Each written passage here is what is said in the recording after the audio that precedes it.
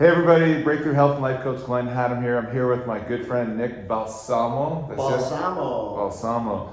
And we're here to just share a heart-to-heart conversation about what it's like getting through life and life's struggles, life's challenges that are being presented to us for an opportunity to grow. And in that, I spend a lot of my coaching work helping people make these breakthroughs and make these changes that they desire to make. But when it comes down to making change, it's messy, it's hard, and we often find ourselves returning back to some of these hidden areas of growth that are needed to move on. As the next chapter of life unfolds in our life, we are being confronted with an opportunity to let go of aspects of ourselves that aren't supposed to maybe continue on for the ride. And also take on new skill sets, new awarenesses.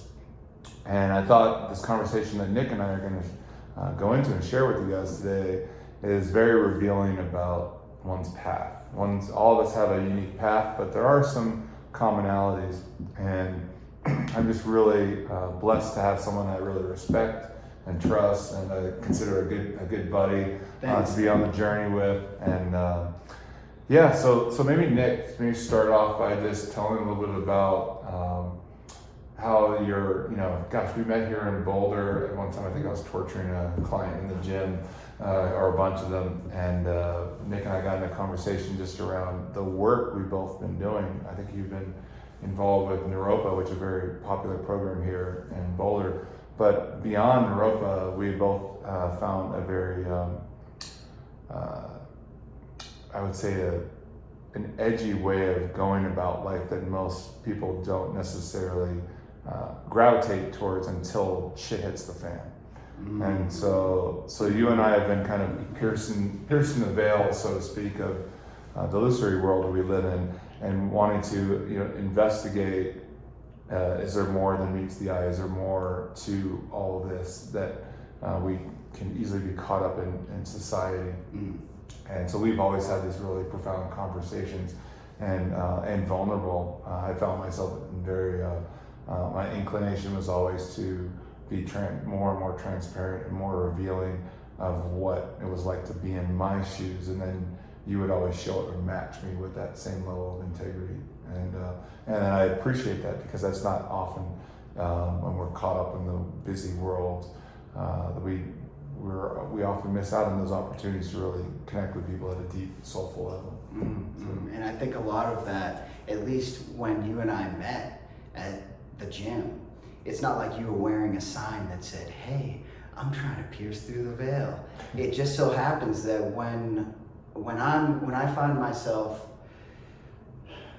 centered in discovering things within myself that are unhelpful, when I'm centered in that practice, and also the flip side of that, bringing in new practices to replace those unhelpful ones, I tend to find myself in situations where the people that are doing the same thing show up in my life. Yeah.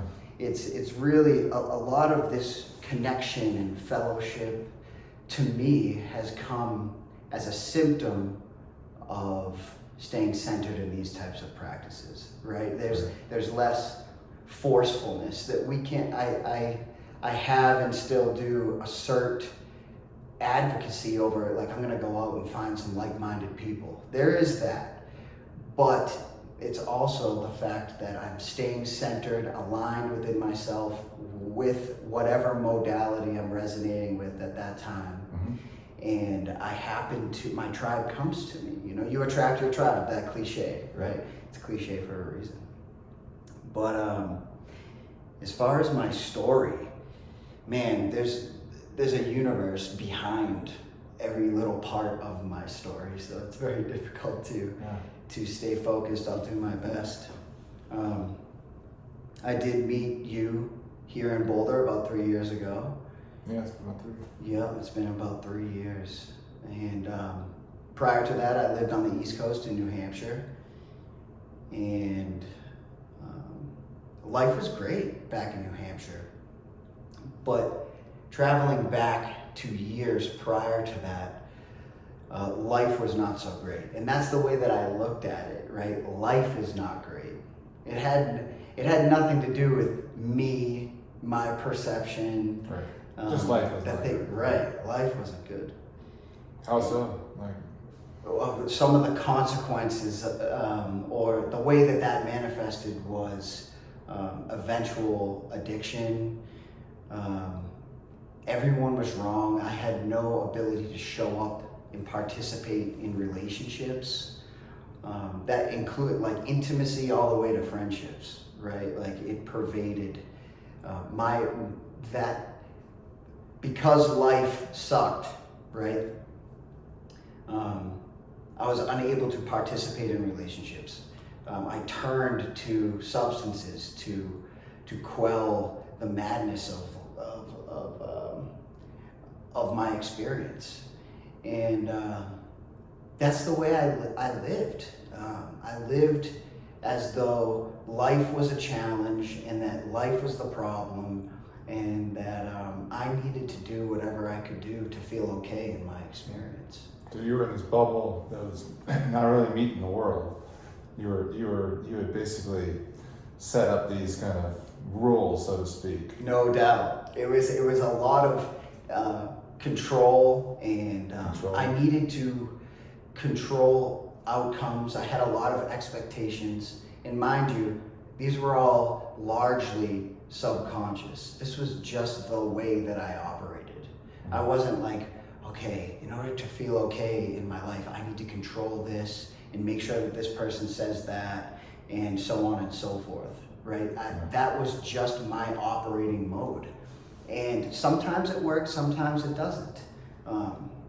Needing people, places, and things to be a certain way in order for me to be okay, turns out is not a real helpful way to live. It's not the best strategy. You got to manicure and manipulate everybody and everything outside yourself. Exactly. And to this day, even though it's my main priority to observe how I am doing that still, I still do it. Right. I still do it. And ultimately, that is one of the roots of my suffering. The fact that I have these expectations, largely subconscious, deeply rooted, in people, places, and things. And when they don't act how I want them to act, then something arises in me. Frustration, anger, insecurity, whatever it may be.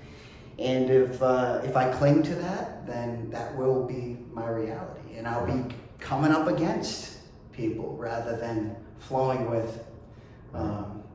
So I can get more into how... But you're basically, not rather than being present with someone, you're showing up and you're having a totally private dialogue and experience going on internally, whether you're killing them inside, whatever it may be. Yeah, and then that is then also either driving how you don't show up with them and have a wall up. Correct. Or how you would attack a threat.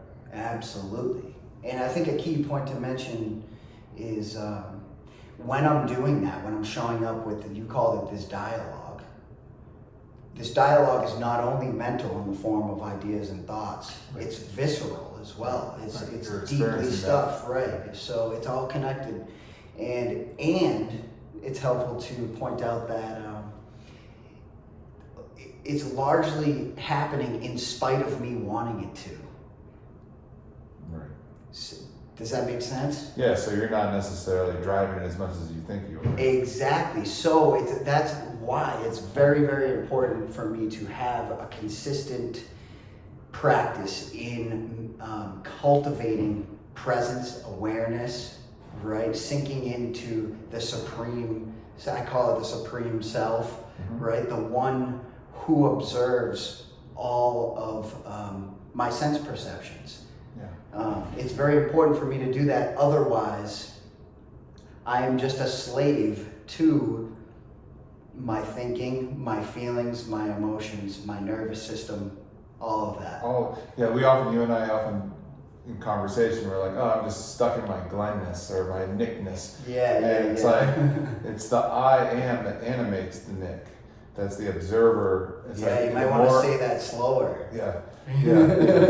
It's the I am that animates that persona of Right. Nickness or Yeah. Glenness. And Yeah. the Glenness, to me, at least as far as I'm aware of, right, that Glenness, that Nickness is my thinking, my emotions, my feelings. It's the lens of the small self or ego. The limiting, right? filtering, Yes, filtering exactly. system.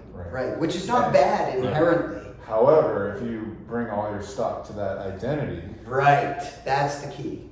then It you're in trouble. Exactly, that's what it seems.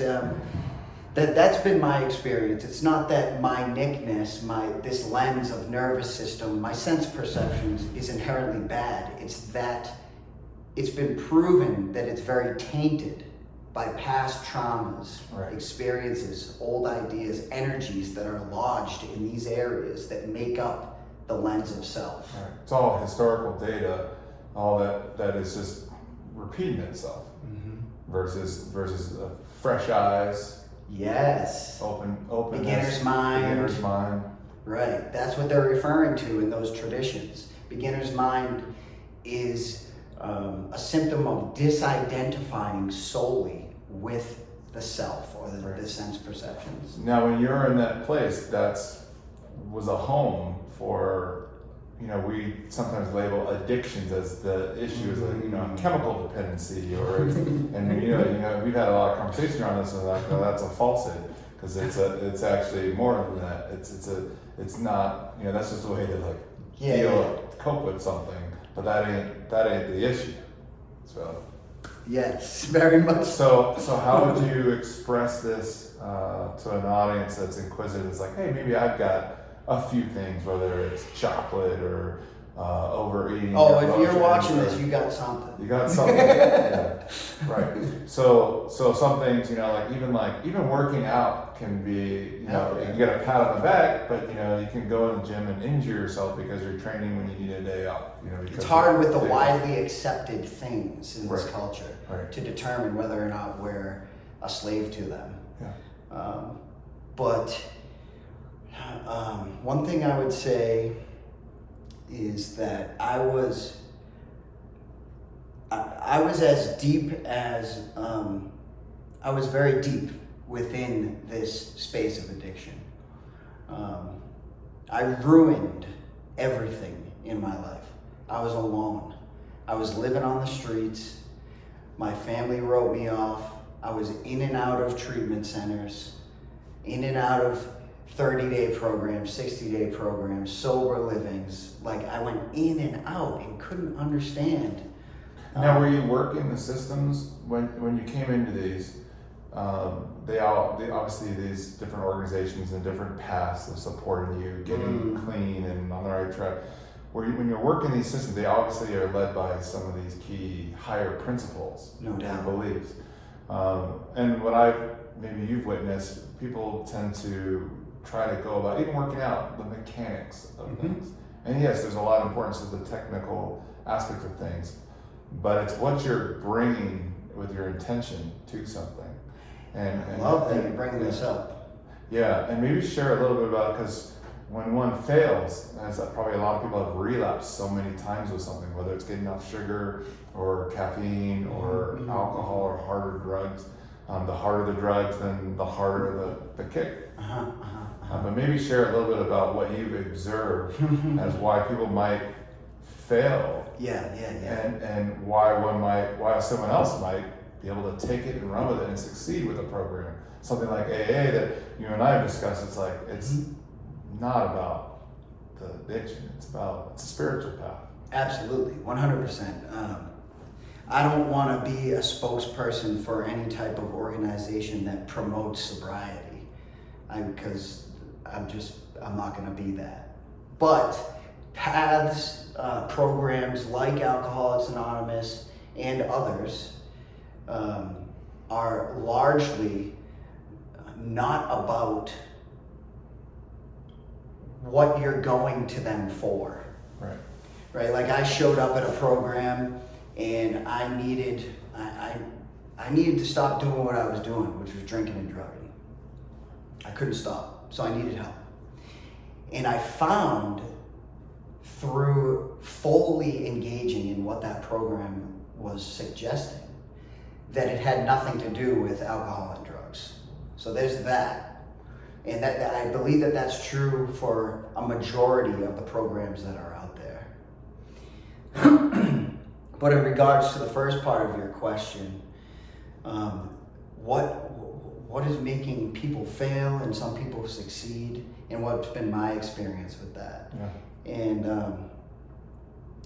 this may be challenging to hear for some people, but like I was mentioning, I was going in and out of treatment centers. I think I went to like 10. The specifics might not matter. I went in and out of a lot of them. And in the beginning, it started with me showing up at these places so that I could continue to do what I was doing later. It was to appease the people around me that were concerned for me, right? So it began like that. Right. I'm going to do this so that I can cool them off. Right. And I did that a couple times. And then as I kept using, kept drinking, all these things, I started showing up at these treatment centers because I had nowhere else to go. I had nowhere else to go. I was lost, confused, and I would show up and be like, my life isn't like the best right now, but maybe I should do some of this stuff. Right? So it worked like that. At first to appease, then it was like, all right, I'll try some of this. And I tried some of what they were suggesting. And I would leave the treatment center and find myself right back to where I started. And after doing that a couple of times, failing, and continued to use, I was baffled by the fact that I got to a space where I really wanted to stop drinking and drugging. Really wanted to. And I'd show up at treatment, listen to what they were saying, and then leave treatment, and I would end up going right back to drinking and drugging. And I was baffled, I was confused. By the last time that I went into treatment, I was so lost within myself, baffled as to why I couldn't make progress and stay sober. And ultimately, it's been my experience that without that type of experience of total loss of your own ability, right, to do it your way, without that, it's going to be very difficult to stay sober with addiction. To say a little more about that, it's like, even though I would show up to these treatment centers, these programs like AA, I would show up with some willingness to do some of the stuff. What really I'm saying there when I do that is that I'll do this, and this, but I got the rest. I don't need to do that. And that's very, very dangerous, because ultimately that's me still trying to dictate how I should organize my life, how I'm going to make myself okay. And ultimately, to go full circle, that's how we began the conversation, right? The fact that I'm living solely from, I'm going to control this, right? I'm going to make this, and this happen in order to, it's proven to me that it's failed. I'm in treatment, 10 times over and over. It's amazing how we get to that place where you convince yourself. Right. Like some people, sometimes a tickle of a feather can get someone to be like, oh shit, I shouldn't do that. Right. Sometimes it takes like a, what the you doing? Right. And other times you gotta get, smashed by a truck. Yeah, freight train. Yeah. And hopefully no one gets there. And that's the whole purpose of stuff like this and meetings in Alcoholics Anonymous. It's to carry the message that, hey, we've been there, we've done this, you don't have to. Right? But even still, it's very difficult because I can't create an experience of surrender for someone. And that's the way I would describe that experience I had the last time going into treatment. I gave up because I had nothing else, right? It's not like I gave up. It's like I didn't have anything up my sleeve that I decided to keep up my sleeve. Yeah. I just didn't, I was out. So I had to listen because I wanted to get sober. Yeah. So I had I feel like to. very similar to, my path hasn't been one on the alcohol and drugs, but the spiritual path, which is the same thing, Right. it still comes to a point. It's all a spiritual path. Yeah, it's all spiritual path. And it's like at some point you have to relinquish the fight. No doubt, yes. And you have to, we talked about this, it's almost, you have to hit a point where you surrender. And you have to savagely knock at that door saying, I want answers, I want freedom, and I don't know what the F I'm doing. And I need to let go and let higher intelligence come through me and work through me. And ask for help. And ask for help. And actually take the help. Right. That's the hard part, would you say, for most people, is they elect everything theoretically, but the part about asking for help. Well, especially if you still think you got some stuff up your sleeve. Right. And it's not like someone comes up to you and offers you help and you're like, let me think about this. I got a couple things up my sleeve. You just, again, it's that largely subconscious thing. We don't want to let go. We're scared to let go of whatever it is that is causing us harm. Right. Because even if it's the gym, if it's chocolate, if it's food, sex, whatever it is, it's acted as a sort of solution to us being okay in our experience at a certain time, like drugs was for me. Yeah. But then, beyond a certain point, it no longer quells that madness anymore. It's creating more madness. Yeah. And that's a good segue. You're getting called out by life on like, hey, your protective mechanism, your tool, has to now fail you. Right. You knew that from my share. Like, working out for me was a great resource. If I had problems going on in my life, I'd throw my 40-pound vest on and I go charge up the mountain. I feel much better. I worked it through, but I realized, this is also a form of avoidance. Can be, yeah. Yeah, and I had to take a break from all the hardcore stuff for a bit and have it come back to it with a different relationship. But it had grown to a form of protection and self-soothing. And there's nothing wrong with self-soothing. Right. But it's the space from which you're trying to self-soothe, right? Like, what's motivating me to strap up and go for a run like that? Am I running away from something? Yeah. Even if, pardon the pun, right? You're going and running in the woods. Right? Am I running from something? Am I running from something internally, or whatever? It's just important to see. It's less about the activity itself and more about what's motivating you to do it. And that's a tricky thing to say, especially with substances like drugs and alcohol, because there's an actual physical addiction that happens there. But that's a whole nother rabbit hole that. It's like what is it, unconscious, or are you actually bringing a conscious intention to something and how you're trying to use something? So like I've had my experiences being a very clean living person who I actually played around with different journeys, medicine journeys, and I was using those tools as a means to access a more visceral experience.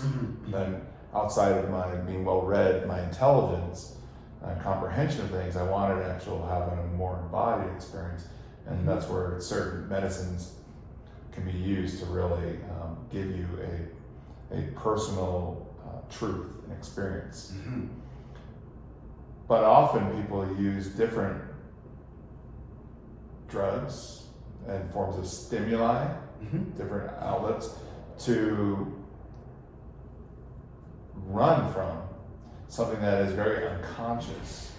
But like I found a lot of things in my life were driving me. I wasn't freely choosing as much as I thought I was. No. It was like, that's a bunch of BS. I'm not choosing as much as I think I am. Yeah, which is, if I might throw in there, and this might be, on some level, when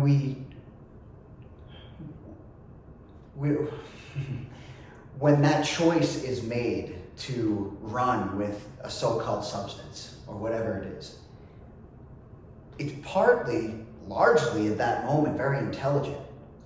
Right. On our body's behalf, on our mind's behalf, because we have no other solution there. Our body's trying to protect itself, right? And based on how we've been raised, what's available to us, what we've learned, we run to the easiest, softest thing that we can get right away. Right. You know, and so on some level, it's an intelligent decision. So to be kind to ourselves, specifically around when viewing our pasts, and especially if someone is in early recovery of whatever addiction it is that they have, to be kind to ourselves, because our bodies are intelligent, our guts are intelligent, our nervous system is intelligent, and it has a play in what motivates us to make decisions. Right. So being kind to ourselves goes a whole long way, but in a very subtle way. It's very hard to practice kindness towards ourselves, especially people who have gone deep into the spectrum of numbing, right? Because that's what we're talking about here. These subconscious things. Yeah. We're trying to numb that stuff. Right. It's not safe to feel it. Or just quieting the loud critic. Exactly. The inner critic that is, trying to keep you safe, but has a very harsh way of doing it. Right. And so then once, an individual gets to a place where they feel, I guess, safer with themselves, then it's time to do the work. And it's time to do the work, which is turning inward and doing what goes from self-soothing and self-medicating with substance or other things outside ourselves to actually, before that behavior catches on and getting hooked into that path, it's about turning inward and doing the counterintuitive work, which is like, I've got to look at like what's driving this, what's initiating this thing that I can't seem to stop. Yeah, which that though in and of itself is largely what helps me to feel safe in my experience. It wasn't necessary, like what you were speaking to in my experience didn't come after I felt safe. Right. Like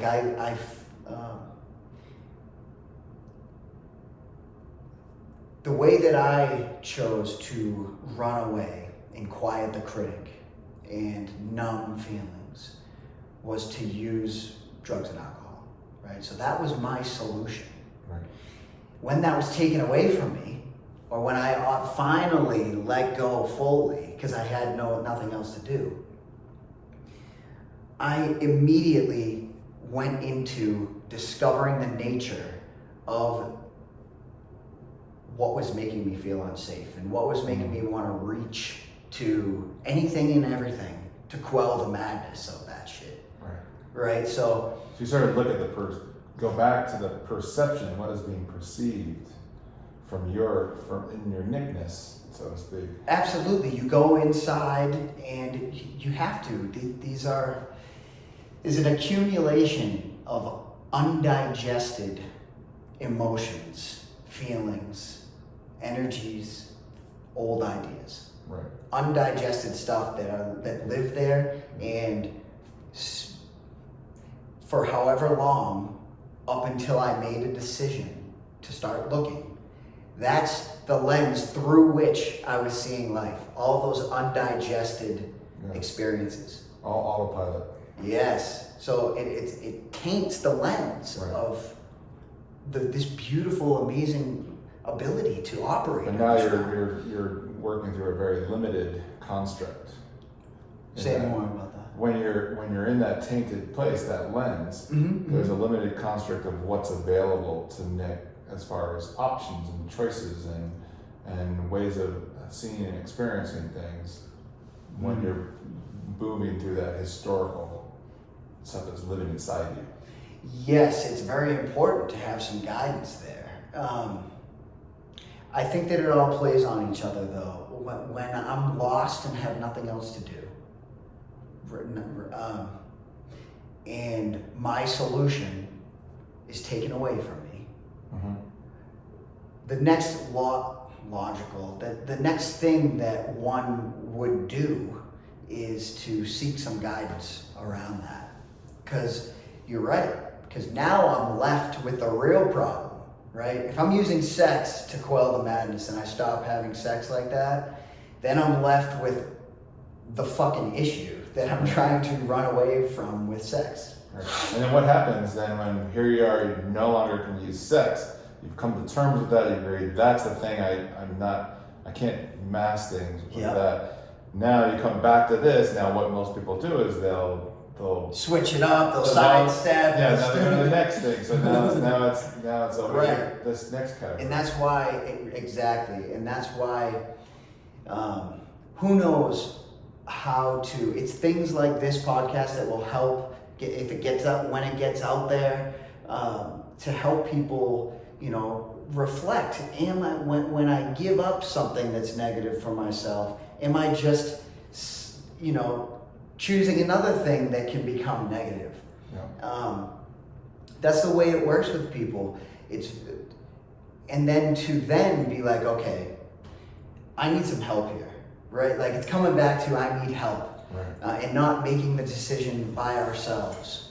Because really the solution is to go in and discover the nature of that which I'm running from.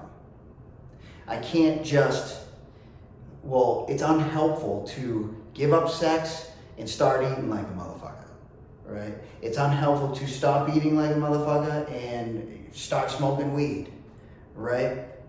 So after doing that a bunch of times and still being like, what the heck, I'm landing in the same spot. Keep arriving back at the same spot then again. When you ask for help, and hopefully, generally, I believe that if we are done enough trying to figure it out by ourselves, then we will ask help from the right person that will guide us to the roots of why we're doing the things that we're doing. And that's very important, because once I discover the nature of these things that I'm running from, and I start working with them and shining light on them, the light of awareness, consciousness, mm-hmm. I discover that they are very transient. They are, they're transient. They're not real in a sense that that they should be motivating me. They do, because they're very visceral. It feels real. Right. But if I discover the nature of these things and continually watch for when they arise, then I can create some autonomy around those things and not act out of them, but notice them and let them go. It's a very conventional, cliche way of describing it, but going inside and discovering the nature of these things that we're running from is essential in order to clear up some space for new healthy practices. Because I can't just dump a bunch of healthy practices on top of a bunch of shit. Right, and it's so hard. Yeah, and as like my work as a coach, my experience has been, why I'm taking a different approach, a different philosophy, which is trying to get at the root of what's going on, pulling those things out at the root. Versus our society is very treatment oriented. Right. And it means like I'm gonna treating symptoms. I'm gonna treat symptoms, and so most times people are looking for, hey, like help me get out of some pain and discomfort right now. It's too much. Right now. Right now. And so playing a short game, but short game only works for short game. But you can play a long game and get short-term benefits, but also get what you actually really after by taking an approach that is looking at, okay, what do I need to do for myself when I'm faced with an opportunity to transform myself? Do I do the superficial changes that just only deal with the current circumstances? Yes. Or do I see what's living inside me, take the time to shine a flashlight, a strobe light on what is existing inside me that is actually the creation of all this? Everything is flowing from me out into the world. rather than like trying to just focus on cleaning out my messes and my problems and my how do I challenges. look good to the world, really? Yeah, is what yeah, you're if you saying. can let go of that focus Mhm. point and focus more on what is flowing from you, through you, out. Yeah, into letting the go world. of the quick fix. It's like rust on a car. Yeah. You can bond all over that shit with a quick fix, Right, but ultimately it's still rotting underneath. right. And that's what's happening. Right. You know, if we choose just a quick fix all the time, then we're deciding on some level to live with the rot inside. And ultimately that rot always influences the way we perceive the world. Whether I can wake up this morning and say, you know what, rot inside of me, I'm not gonna let you dictate the way I see life today. You might be good at that for a little while. It's not gonna last. Because that rot is it's dissolved into the lens through which you perceive life. So try and undissolve something. The only way to do that is through, things like coaching, things like these programs like AA, like Against the Stream, definitely wisdom tradition, following it as it's stated. I mean, it all comes down to, for you and I, we've read a lot of books and deep dives into self-examination. And if you have not taken time to examine yourself, to really look at what is my true nature? Why do I do the things that I do? Am I really all these things I've come to identify with? Am I needing to keep the conditioning that I received growing up? Do I need to carry that into my adulthood to not just survive, but to thrive? Do I need these beliefs? Like, when's the last time I updated my beliefs? When's the last time I updated, just my choice options? Because your choice options are being influenced by your core beliefs, your core fears, the things you don't want to experience too much pain with, are influencing everything. Yeah, and if I may comment on that, it's interesting that you use that verbiage, update. When's the last time I updated these things? And I've found that through turning inward, discovering the nature, self-examination, you begin to let go a bunch of those old ideas, those old beliefs, and it makes room for the true nature, which is already updated, already in all ways up to date. Yeah, you're just not updated. You need to catch up with what's already there, right? It's less about catching up and more about unlearning the shit that's in you, so that can animate you now. Very important that you brought that up, to go in, see what is you. Am I all these things that I identify with? My thinking, my feelings, my emotions, even my body. Is that me? Go in, look for yourself. You'll discover that it's not. It's not.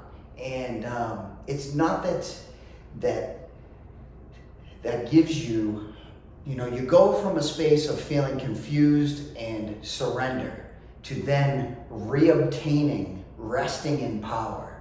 Something I heard recently that's very powerful. Power is a relaxed energy, not a forced energy, right? Like, power means to sink into your deepest self and live from that space. And that's powerful to me. So when I hear that, how am I doing that? How am I doing that on a daily basis? And when I make that my main priority, guess what? The people, places, and things that I've tried to change over and over again and habitually still do, they don't conform. I conform. And not in a bad way either. I'm not giving up advocacy or anything like that. It's a shift in perspective, right? Like, this acceptance comes over you. And it's not an acceptance where you let people walk all over you. It's a space that's maintained so that you can then decide out of clarity what to do with this situation. meditation. That's what acceptance is, right? Like, this is the way that it is. Now what? Rather than clinging to the emotion, the feeling, the thoughts that come up initially to this undesirable experience. Or these ideals that are not exactly and right. Suffering begins because of your perception of that standpoint.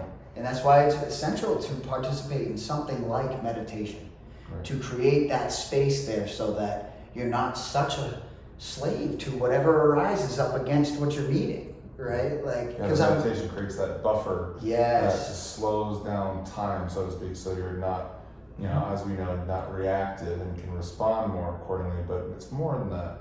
It's more than that. I mean, that's a superficial initial benefits of meditation. It's one symptom. Yes, of meditating. I don't think meditation itself, the point of it, is not to quiet the mind, right? Meditation in and of itself is to rest in what you really are and discover what you are truly not. That's what it's always meant to me. That's what I gather out of diving deeply into these wisdom traditions, these traditions that have been meditating for thousands of years. So technology's been around for a long time. Yes, and it has been around for a long time, and we still question it. Well, I have one more question, just a question, and hold on a second there. Hopefully that, okay. And one more question I have is, and I think that'll probably be this will be a good place to wrap up after this question. Sure. And then I'd love to invite you back again. We can have like I said, there's a universe behind everything that's being said, and I love doing this type of shit. So. The other question that comes up for me when I have experience with lots of clients throughout the years around addiction, a common theme comes up, and maybe you could speak to this from your, the connected place that you are. Often I hear folks say, I know what I need to do, but I'm just not doing it. I need help doing it. And then once I'm better, I'll be fine having that drink. I'll be fine smoking that weed. I'll be fine with that once I just get past this bullshit I'm caught up with right now. And maybe speak to that intelligence or nonsense of that path and how it can be a trap.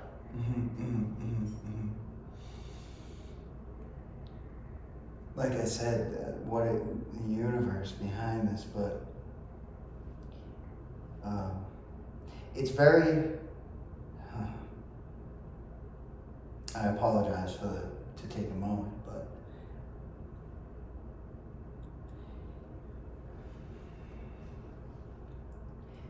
these when we're in these experiences where we want to do something to get better, and then we can go back to it. We're deceiving ourselves. What is it that you actually want me to speak to? Well, how do we recognize that? Okay. And that. So it's very difficult because a lot of that, I truly believe, maybe this is way far off, but it's hard to recognize when we're doing that and then say, oh wow, I'm doing that. I shouldn't do that. What you're referring to is largely driven by pain to some extent, at least in my experience, right? Like if I'm not experiencing a fair bit of pain, then I'm gonna keep doing what I'm doing. Right. So I think that, again, things like this and coaching and staying up to date with someone, that's key. That can be a helpful thing, right? Express what's going on with you. How's life going for you? Right? Talk about it, and then you might be like, oh, life actually isn't that good right now. Right. Maybe I should change it up. Right. So that can help for sure. Expressing things, externalizing things with someone like a coach, And but a majority of the reason why we keep doing the same things over and over again, even though we know they're unhelpful, is because we haven't experienced enough pain yet. And that's kind of unfortunate to hear, but I think that, again, if someone meets this experience of surrender, then they're at the lowest of the low. Yeah, they're at a point where that pain is so freaking great that, you know, we've heard this, you know, said in different formats, but where, you know, the unknown seems more comfortable. Yes, very much versus so. Now our routine of creating comfort to deal with things is actually like, this thing's just failing out on me so much that now I'm ready to listen. Exactly. It's like the willingness comes right from this space of surrender. Right. And once we start engaging in some things from that willingness, hopefully we see that, wow, when I work with these things, my life is really great. My life is really great. And one thing that I was just speaking to a man about prior to meeting you is about, I use the analogy, metaphor of putting on sunscreen, right? Men that I work with, I'll say, you know, you better keep putting on sunscreen on a daily basis, a regular basis, because the sun is coming out and we don't put sunscreen on after we get burned, right? So in regards to what you were saying, right? Like, I know I should be doing these things, but I just don't, right? It is essential that we keep doing these things when we don't need to. I need to put on sunscreen when the sun is not out, because the sun is coming out. And what I'm trying to say is, like, I need to keep doing these things because that urge to have sex will come up. That desire to drink will come up. Yes, it will. And if I'm not armored up, if I don't have sunscreen on, I'm about to get burnt. I'm going to get burnt. So you're going to get cocky and think you can. Yes, I mean that was a large aspect of my early sobriety when I kept failing. Right, like, you feel good, everything's good. People are like, "Yay, you stopped using drugs." So almost like that rubber band of pain has lessened back, and now you don't have that have to motivating driving force. So you almost like have to revert and cause pain again in your life to get motivated. Not that that's what we're intentionally doing or want to do, but it's a certain sense of if everyone's clapping that you're doing well, it's like, hey, maybe I got a handle on this thing a little too early. Exactly, but that's why guidance is essential. Like asking for help, and if you have a sincere desire to be liberated from whatever it is, whatever unpleasant experience that you're having, guidance is essential.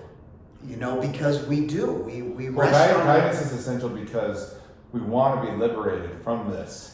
But when it comes down to it, we know that to be liberated from it, we actually have to go and face it and go all the way through it and sit with it. And that, when it comes down to that work, that's why having a coach and having accountability or having a vehicle of some sort that you can be with a process when the hard work begins. Exactly. Because when the hard work begins, and someone to call you out and be like, yes, it's great that you stopped having sex like that, but you know, let's keep going here. Keep putting on that sunscreen. It's essential to have someone with that wisdom, with that experience, that they've gone through something like that. Exactly, because we'll rest on our laurels there. We feel good. We haven't had sex. Yay.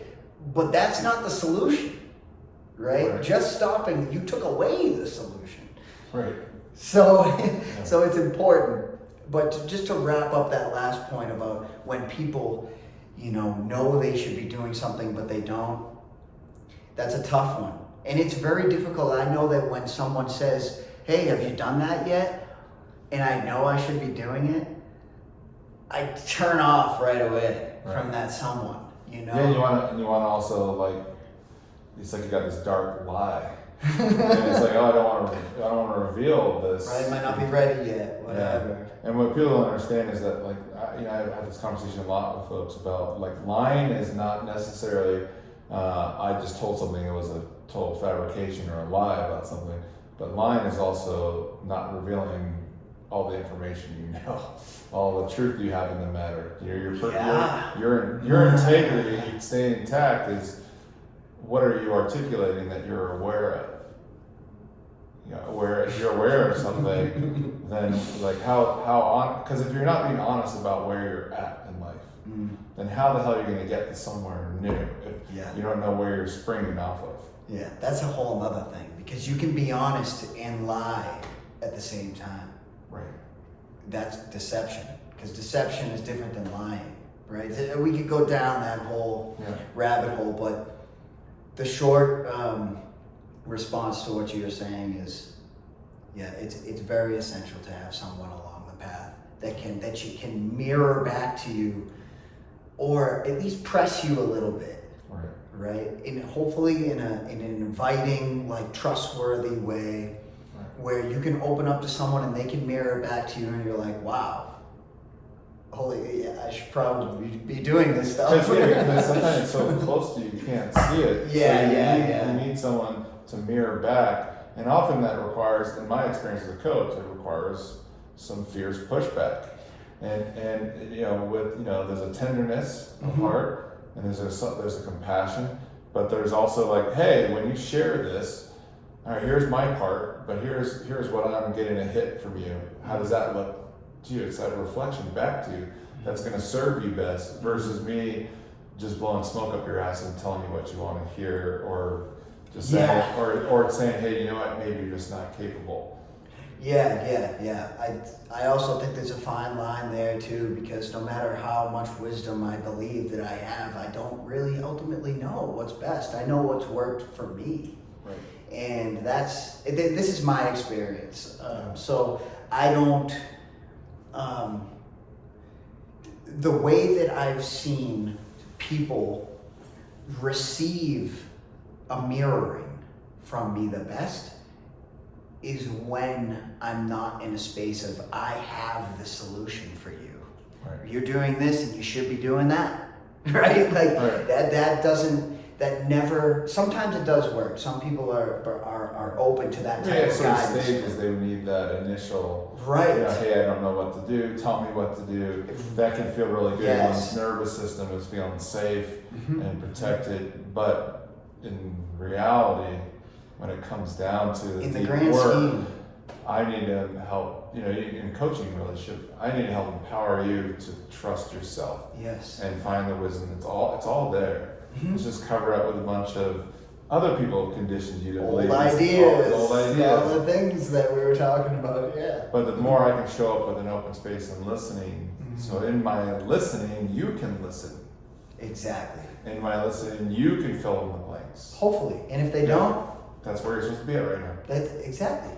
And can that be okay for everybody? Exactly. A lot of it is a dance, right? We're all bozos on the bus here. Bozos on the bus. Some people think that they have, more wisdom than others, but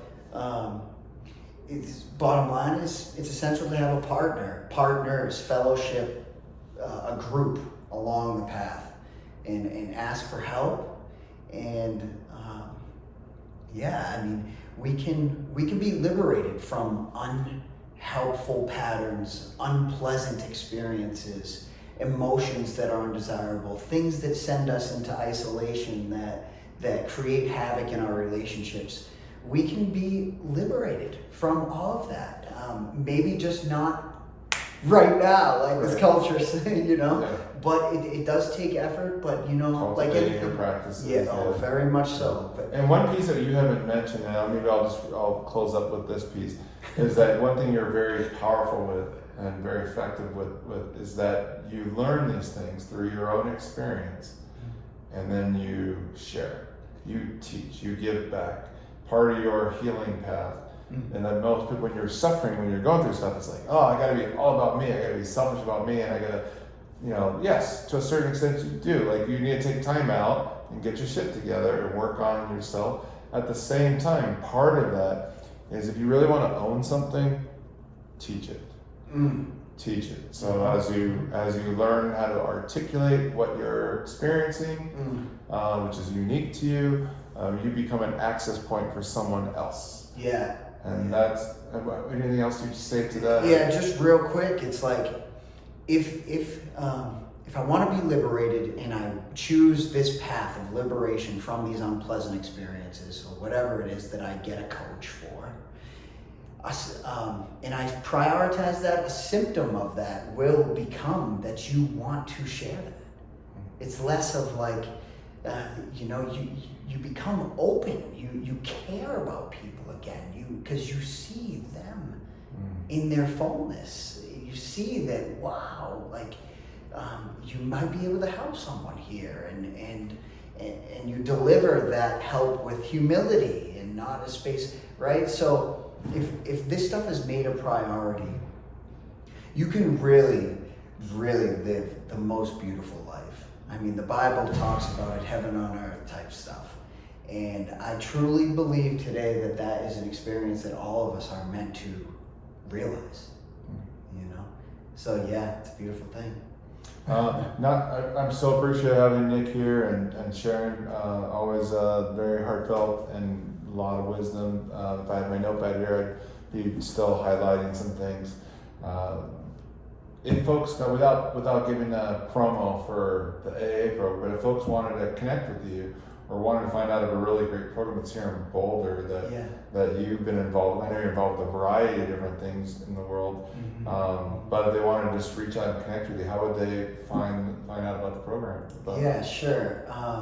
What we can do is, can you leave a link in the or they could. I can give my phone number, my email. Yeah, give them an email, a phone number, and you can reach out directly to Nick. Yeah, definitely. So my email is NA, and then my last name, Balsamo, BALSAMO,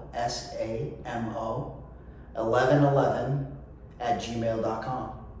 And yeah, feel free to reach out.